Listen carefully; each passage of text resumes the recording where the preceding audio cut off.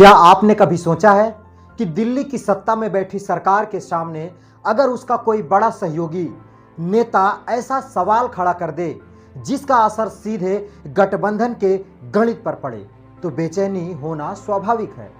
और इस समय भारतीय राजनीति में ऐसा ही एक नाम है, चंद्रबाबू नायडू। लेकिन सवाल है कि आखिर नायडू इतने महत्वपूर्ण क्यों हैं? क्योंकि 2024 के लोकसभा चुनाव में बीजेपी को 240 सीटें मिली थी, जबकि बहुमत का आंकड़ा 272 था।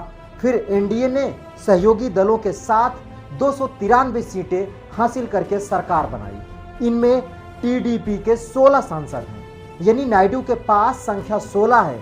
लेकिन गठबंधन की राजनीति में इन 16 सीटों की कीमत कहीं ज्यादा होती है। अगर टीडीपी की ये 16 सीटें एनडीए के मौजूद आंकड़े से बाहर कर दी जाएं, तो संख्या बहुमत के आंकड़े के बेहद करीब पहुंच जाती है। इसका मतलब ये नहीं कि नायडू के हटते ही सरकार तुरंत गिर जाएगी, लेकिन राजनीति इतनी सीधी गणित नहीं है। लेकिन जरूरत है कि टीडीपी आज एनडीए के लिए बेहद महत्वपूर्ण सहयोगी है, और यही वजह है कि चंद्रबाबू नायडू का हर बड़ा राजनीतिक कदम दिल्ली में ध्यान से देखा जाता है। अब आइए आंध्र प्रदेश चलते हैं, क्योंकि इस पूरी कहानी का नया मोड़ वहीं से निकल रहा है। आंध्र प्रदेश में शिक्षक भर्ती की मेगा डीएससी प्रक्रिया को लेकर सवाल उठे हैं। विपक्षी वाईएसआरसीपी ने भर्ती प्रक्रिया में कथित गड़बड़ियों को आरोप लगाते हुए विरोध प्रदर्शन किया, नारा लगाया और इस्तीफा की मांग की। नारा लोकेशन कौन है? वही नारा लोकेशन जो चंद्रबाबू नायडू के बेटे हैं और आंध्र प्रदेश के शिक्षा मंत्री भी हैं। यानी मामला सिर्फ किसी परीक्षा या भर्ती तक सीमित नहीं रहा। अब शिक्षा और रोजगार जैसे मुद्दों पर युवा सड़क पर उतरता है तो उसका असर सीधे सरकार की छवि पर पड़ता है। लेकिन यहाँ एक बात बिल्कुल साफ है, किसी राजनीतिक दल का आरोप और किसी आरोप का जांच में साबित होना दो अलग चीजें होती। इसीलिए यह कहना कि भर्ती में निश्चित रूप से घोटाला हुआ है सही नहीं होगा। हाँ, सवाल उठे हैं, विरोधी हुआ है और जांच की मांग हुई है, और अगर सरकार के पास जवाब है तो उसके सामने रखना चाहिए। क्योंकि छात्र किसी पार्टी के नहीं होते, उनकी मेहनत किसी गठबंधन की मोहताज नहीं होती। उनका सिर्फ और सिर्फ एक सवाल होता है, मेहनत करने के बाद उन्हें निष्पक्ष मौका मिलेगा या नहीं मिलेगा। अब इस कहानी का दूसरा सिरा जो दिल्ली से जुड़ा हुआ है।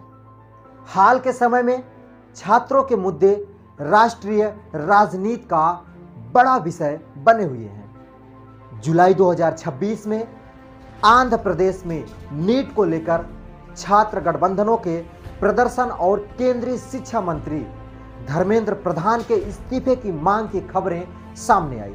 लेकिन यहां भी तथ्य बिल्कुल स्पष्ट रहना चाहिए, धर्मेंद्र प्रधान ने इस्तीफा देकर पद नहीं छोड़ा है।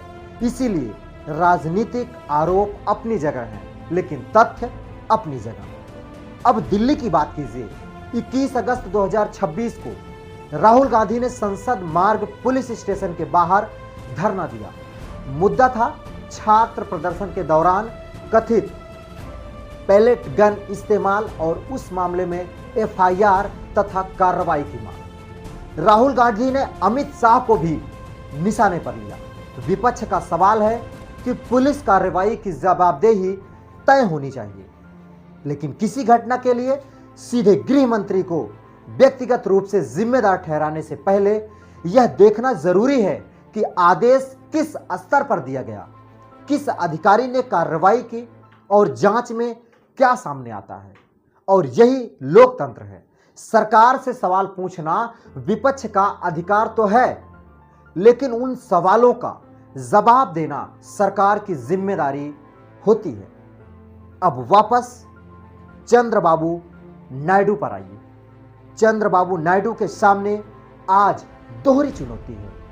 एक तरफ वे एनडीए के महत्वपूर्ण सहयोगी हैं, जहां वो अपनी गठबंधन देकर के बीजेपी की सरकार बनवाते हैं, और वहीं दूसरी तरफ आंध्र प्रदेश में उन्हीं का बेटा सरकार और उनके सामने नारा लोकेशन के विभाग को लेकर सवाल उठ रहे हैं। अगर छात्रों को नौकरी के उम्मीदवारों का असंतोष बढ़ता है तो विपक्ष इसे बड़ा राजनीतिक मुद्दा बनाएगा और अगर सरकार पारदर्शी जांच कराती है तो आरोपों का जवाब देता है तो उसके पास जनता के सामने अपना पक्ष रखने का मौका होगा। यहीं से आंध्र प्रदेश की राजनीति और दिल्ली की राजनीति आपस में जुड़ जाती है, क्योंकि टीडीपी के 16 सांसद सिर्फ एक संख्या नहीं है, वे केंद्र की गठबंधन सरकार के राजनीतिक संतुलन का महत्वपूर्ण हिस्सा है। इसीलिए यह कहना गलत नहीं होगा कि चंद्रबाबू नायडू को दिल्ली हल्के में नहीं ले सकती, लेकिन सोशल मीडिया पर यह दावा किया जा रहा है कि चंद्रबाबू नायडू ने अमित शाह को कुछ समय पहले के लिए गृह मंत्री पद से हटने या छुट्टी पर जाने को कहा था। इसकी विश्वसनीय पुष्टि नहीं मिल पाई है, लेकिन हाँ, इस तथ्य को मान लेना सही नहीं होगा।